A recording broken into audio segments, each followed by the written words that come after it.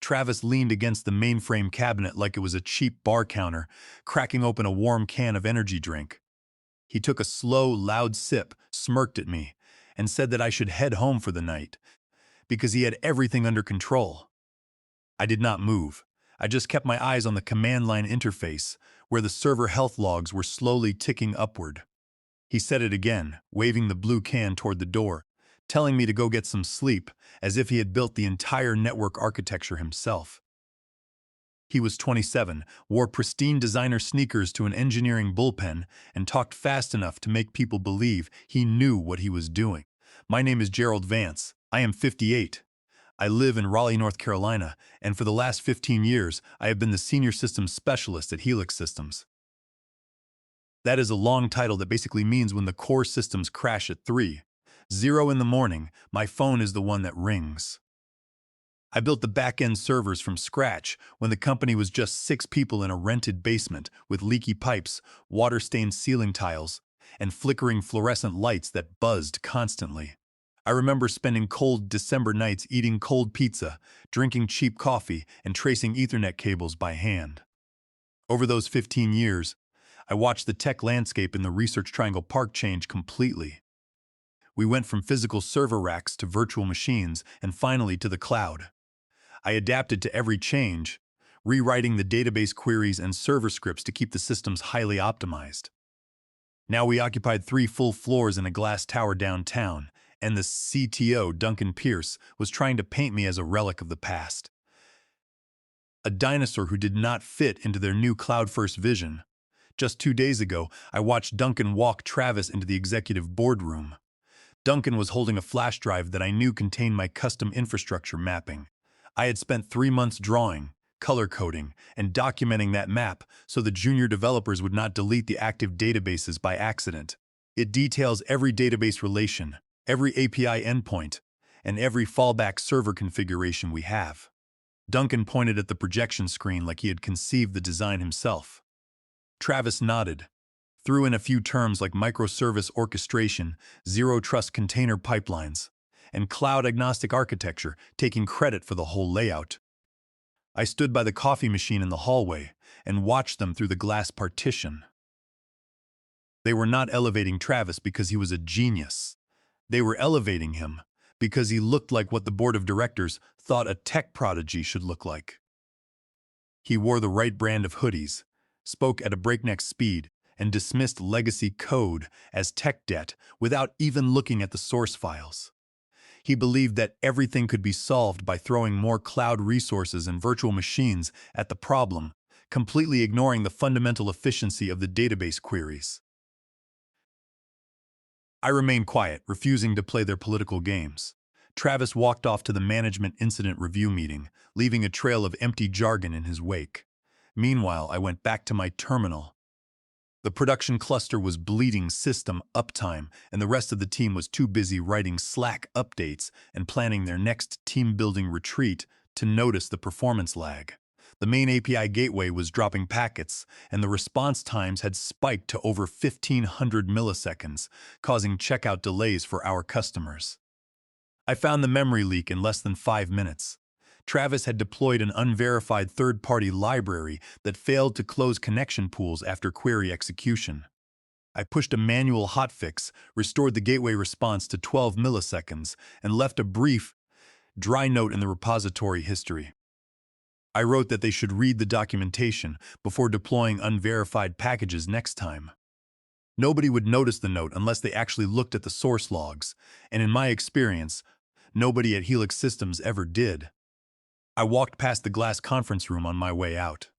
Travis was showing the board my architecture diagram, calling it a modern, streamlined failover pipeline.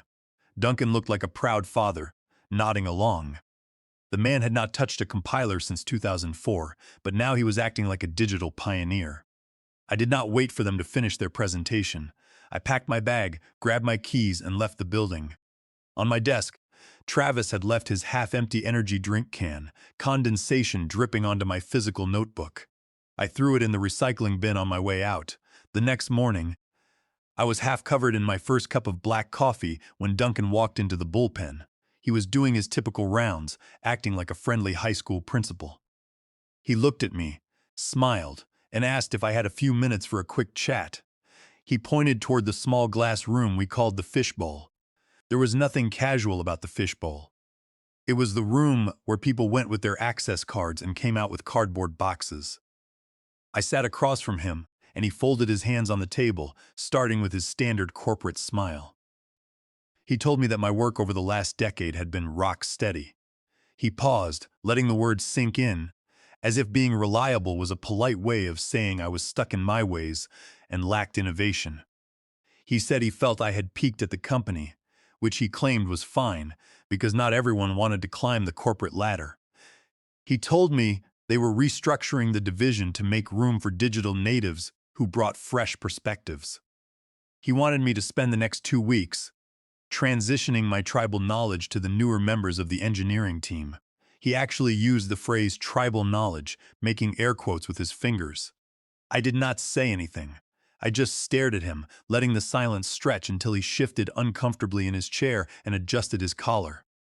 Right on cue, Travis walked past the glass window, looking in and giving me a small, mocking wave.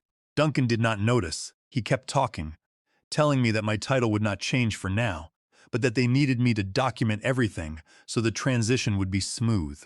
He did not mention severance. He did not mention an official exit package or a formal redundancy payout. He just wanted me to train my replacement, sign over my responsibilities, and then disappear without making an administrative scene. I stood up, walked out of the room, and did not shake his hand. Back at my desk, Travis was sitting in my ergonomic chair. He had his feet on the corner of the desk and was eating the walnuts I kept in my drawer. He asked if I knew how the domain name system worked under the hood, laughing like he was asking a trick question. I did not answer him. I just stood there until he got the message, took his feet down, and slid back to his side of the desk. By the next afternoon, the corporate reorg had already started moving. I was working on a minor system patch when a soft notification sound chimed across the office, followed by the quiet rustle of people turning their heads. Everyone was reading their monitors at the exact same time. It was the company-wide reorganization announcement. The email was titled "Exciting Changes for the Engineering Infrastructure." I checked my own inbox, but it was empty. I opened the internal messaging tool, but my access to the main engineering channel had already been restricted to read-only. I sat at my terminal and watched my name disappear from the active project boards one by one. Tasks I had managed for 8 years were suddenly marked as unassigned or transferred directly to Travis. The monitoring dashboard that I had built from scratch now had the lead engineer field changed to be determined. I walked over to the system administration desk to ask about a pending hardware ticket I had submitted. The system admin looked at his monitor, then looked up at me with a nervous expression. He said that Travis was handling all back-end architecture tickets from now on. The kid who did not know how to run a basic diagnostic tool was now in charge of the entire secure payment pipeline. I walked to the director's office, but the door was locked. The nameplate on the door had already been scheduled for replacement. I went to the human resources department, and the receptionist told me that the coordinator was out for the day and could not meet. The entire management team had suddenly become unavailable. When I returned to my desk, my whiteboard had been wiped clean, and my handwritten system notes had been thrown into the recycling bin. Travis had moved the second monitor so it blocked the view from the aisle. He asked if I minded if he switched the default shell to his favorite theme, not even waiting for me to respond before typing the command. I did not say a word. I sat down and watched him struggle to pull the legacy server log files. He asked what command I used to fetch the cached archives from the storage drive. I did not answer. I watched him make a series of syntax errors in the terminal, showing he barely knew how to navigate a standard file system.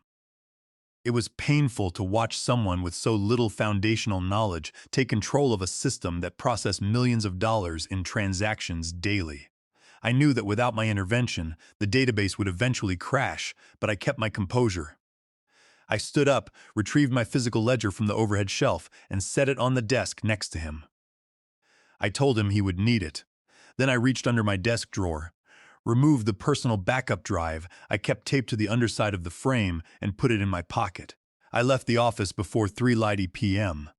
That night, I sat at a quiet local diner in Raleigh, ordering a simple plate of meatloaf and watching the rain slide down the windows. The other patrons were talking about sports and family plans, a stark contrast to the corporate backstabbing I had experienced all week. It made me realize that Helix Systems was just a job, not my life. I went home, poured myself a glass of bourbon, and sat at my kitchen table. The quiet hum of the refrigerator was the only sound in the house. I opened my personal computer and accessed a local directory I had created months ago when the management shift first began. I called the folder ARC. I knew that when the management eventually made their move, I would need a secure vault of documentation to protect myself. The first file I saved there was an email from Duncan from the previous quarter. He had forwarded a major system optimization patch I had written to the board, adding a note that claimed he had personally resolved the transaction bottleneck. I saved the email, the code diff, and the server timestamp. Then I pulled the chat logs where Travis had repeatedly asked me to explain how basic load balancing worked. In one message, he had written that he did not understand why we used reverse proxies at all and asked if we could just point the DNS directly to the application server. I captured the screenshot, the metadata, and the date. Next, I downloaded the system deployment logs from the main server. They showed hundreds of entries under my personal login, proving that every major system recovery over the last 3 years had been executed by me, while Duncan and Travis were presenting slides to the investors. Finally, I opened my home file cabinet and pulled my original employment contract from 15 years ago. It was a physical document signed in blue ink when Helix Systems was still operating out of a tiny warehouse. I flipped to page 3. Clause 14 was clear.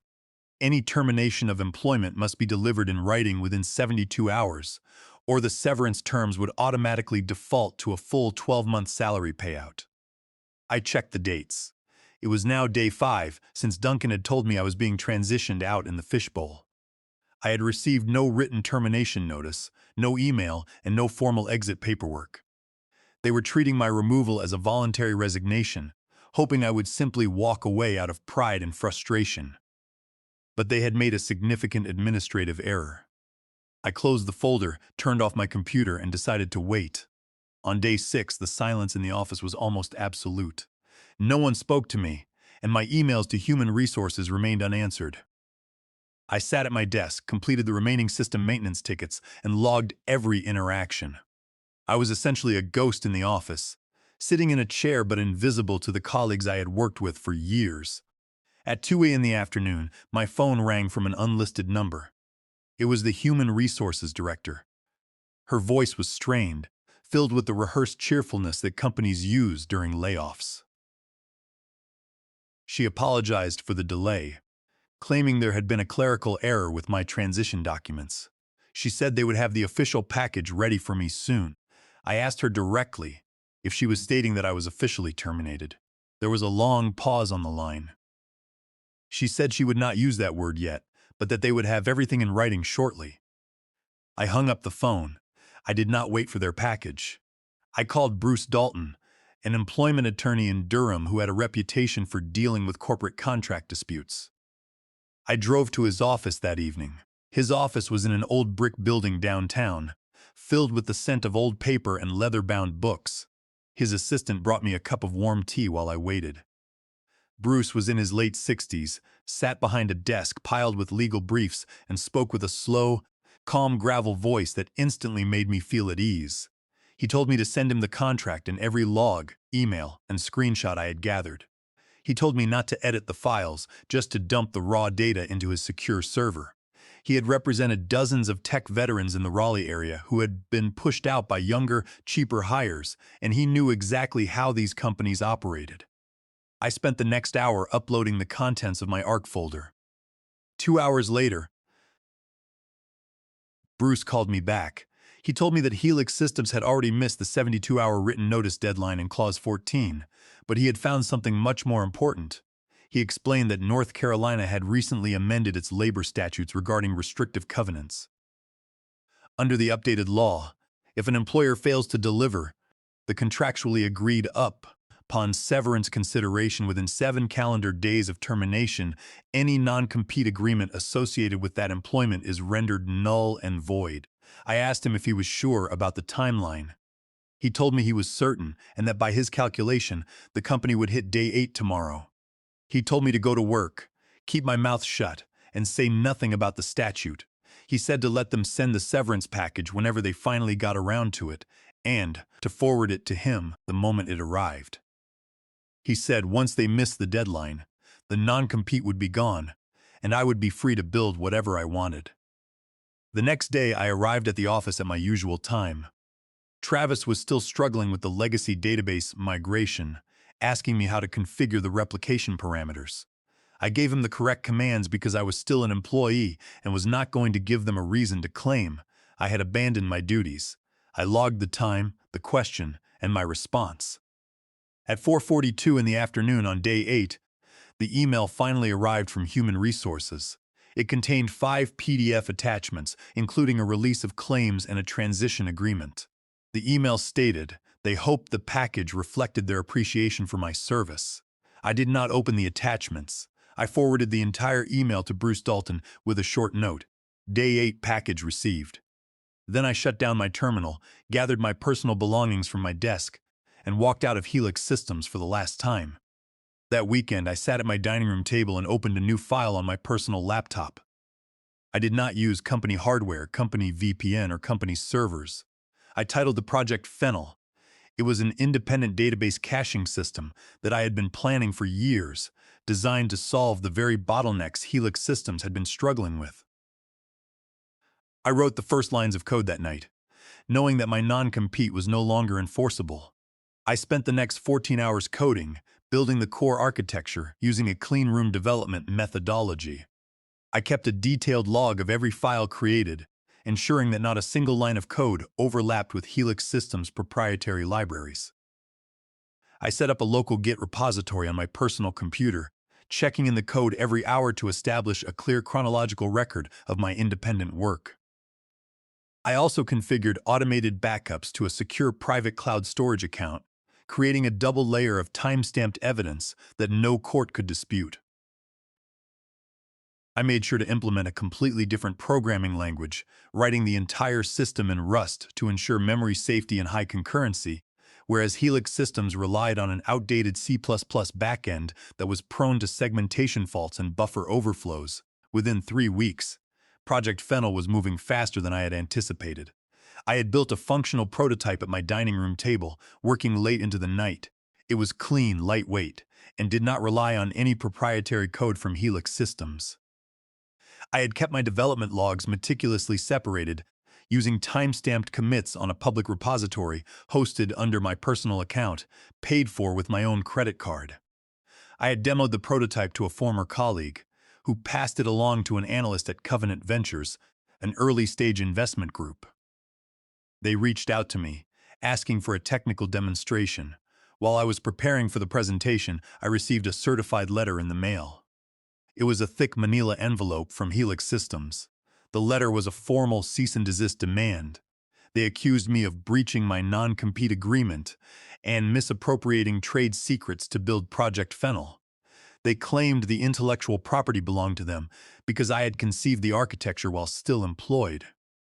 I called Bruce Dalton immediately. He told me to remain calm, explaining that this was a standard corporate intimidation tactic. He told me they were trying to scare me into signing a settlement that would hand over the code. 2 days later, Bruce sent our response. It was a precise 3-page legal letter that cited the North Carolina Wage and Hour Act and the specific state labor precedents. He attached the system logs proving my code commits were made after my termination and from my personal IP address. He ended the letter by stating that Helix Systems had failed to deliver the severance consideration within the statutory 7-day window, thereby invalidating the non-compete agreement under state law. He carbon copied the entire board of Helix Systems. For a week, there was silence. Then, a colleague who was still at Helix sent me a screenshot of their internal communications. The development team was in chaos. Travis had attempted to deploy a major update to the production servers. but because he did not understand the dependency structures, the system had gone offline for 6 hours. They had lost 2 of their largest logistics clients during the outage, costing them an estimated $250,000 in immediate revenue. The investors were demanding answers, and Duncan was scrambling to shift the blame. He had tried to blame the hardware provider, but the system logs showed it was a configuration error. Duncan actually tried to call my personal phone 4 times during the outage, but I let it go to voicemail. I was no longer their 24-hour support line. The next morning, a process server knocked on my door and handed me a summons. Helix Systems had filed an official lawsuit in state court, alleging breach of contract and theft of trade secrets. They were seeking an injunction to stop me from presenting to Covenant Ventures. I met Bruce Dalton at his office. He looked at the complaint, smiled, and said that Duncan was getting desperate. He explained that a desperate opponent is prone to making critical mistakes. We filed our formal answer and counterclaim within the week, requesting full discovery of all internal communications, HR logs, Slack threads, and executive emails regarding my termination. I wanted their own records to show exactly what they had done. I knew that their internal Slack channels would contain conversations between Duncan and Travis, as well as the HR team, where they openly discussed their plan to force me out without paying severance. Bruce told me that under the rules of civil procedure, they were legally obligated to produce these records, and any attempt to delete or alter them would constitute spoliation of evidence, carrying severe penalties. While the legal proceedings began, I met with the partners at Covenant Ventures. We discussed the seed round term sheet, focusing on the intellectual property clauses to ensure they were protected. I showed them the working prototype of Project Fennel and explained the pending litigation. I did not hide the lawsuit. I showed them our legal response and the documentation we had gathered. The lead partner looked at the code, looked at the contract terms, and told me they were impressed by the design and the legal preparation. They offered me $500, zero in seed funding on the spot, stating they were willing to wait for the litigation to clear before finalizing the deal. They believed in the technology and saw that our legal defense was rock solid. The deposition was scheduled for a Tuesday morning in a conference room at Bruce Dalton's office in Durham.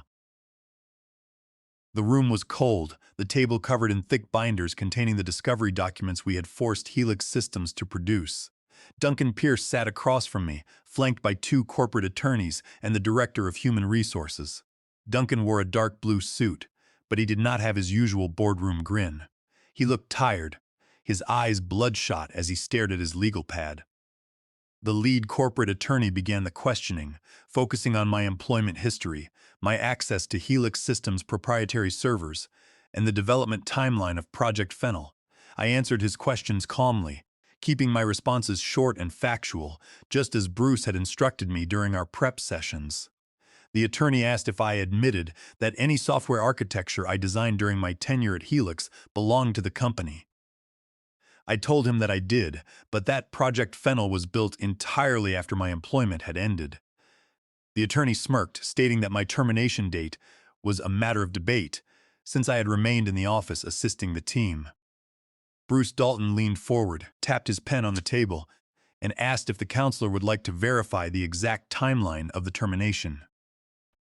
The corporate attorney began shuffling through his papers, claiming they had internal documentation showing my transition was ongoing. Bruce reached into a blue binder, pulled out a document, and slid it across the table. He identified it as Exhibit 17, an email thread from Helix Systems' Human Resources database dated the 5th business day after my verbal dismissal. In the email, the HR coordinator explicitly stated they were holding my severance paperwork until Duncan confirmed the final offboarding date. Duncan shifted in his seat, his jaw tightening. Bruce then slid another document across the table, identifying it as Exhibit 18. It was a printout of an internal Slack message sent by Duncan to the HR director on the same morning.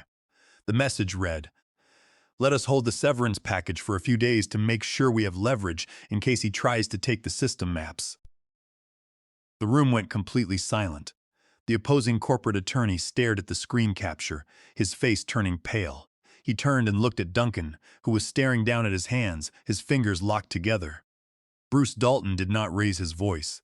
He cited North Carolina General Statutes, Section 9525.7, explaining that by deliberately withholding the severance package beyond the 7-day statutory limit to gain corporate leverage, Helix Systems had committed a material breach of the employment agreement, rendering the restrictive covenants, including the non-compete, completely unenforceable. The lead corporate attorney stared at the document for another 30 seconds. He slowly turned his head to Duncan, his face filled with sudden realization, and asked, "When exactly did you fire him?" Duncan did not answer. He just sat there, frozen. The corporate attorney stood up and requested a 20-minute recess. They hurried out of the room, leaving Duncan behind for a moment before he got up and followed them down the hall. 15 minutes later, the lead attorney returned alone. He sat down, cleared his throat, and stated that Helix Systems wished to propose a voluntary dismissal of the lawsuit with prejudice. Bruce Dalton nodded, agreed to the terms, and we began packing our files. The next morning, the dismissal was filed in court. Helix Systems could never sue me again. Within a week, the leaked details of the deposition began circulating in the local tech community. The news that the CTO had intentionally violated state labor laws to withhold an employee's severance package spread rapidly. 2 major trade publications picked up the story, and the company's stock value dropped significantly. The board of directors held an emergency meeting, and by Friday afternoon, Duncan Pierce had stepped down from his position. I received a text from a former colleague, showing a picture of Duncan's nameplate being removed from the door. Project Fennel launched 2 months later. We moved into a new office in downtown Raleigh with large windows and plenty of natural light. My name was printed on the glass door, Gerald Vance, founder. We signed our first 4 enterprise clients on launch day, including one of the logistics firms that had left Helix Systems. I hired 2 of the senior engineers who had resigned from Helix Systems shortly after my departure. We sat in our new bullpen, drinking coffee from ceramic mugs, and watched our systems run flawlessly. I did not seek revenge. I just built my product, documented my work, and let them destroy themselves under the weight of their own arrogance.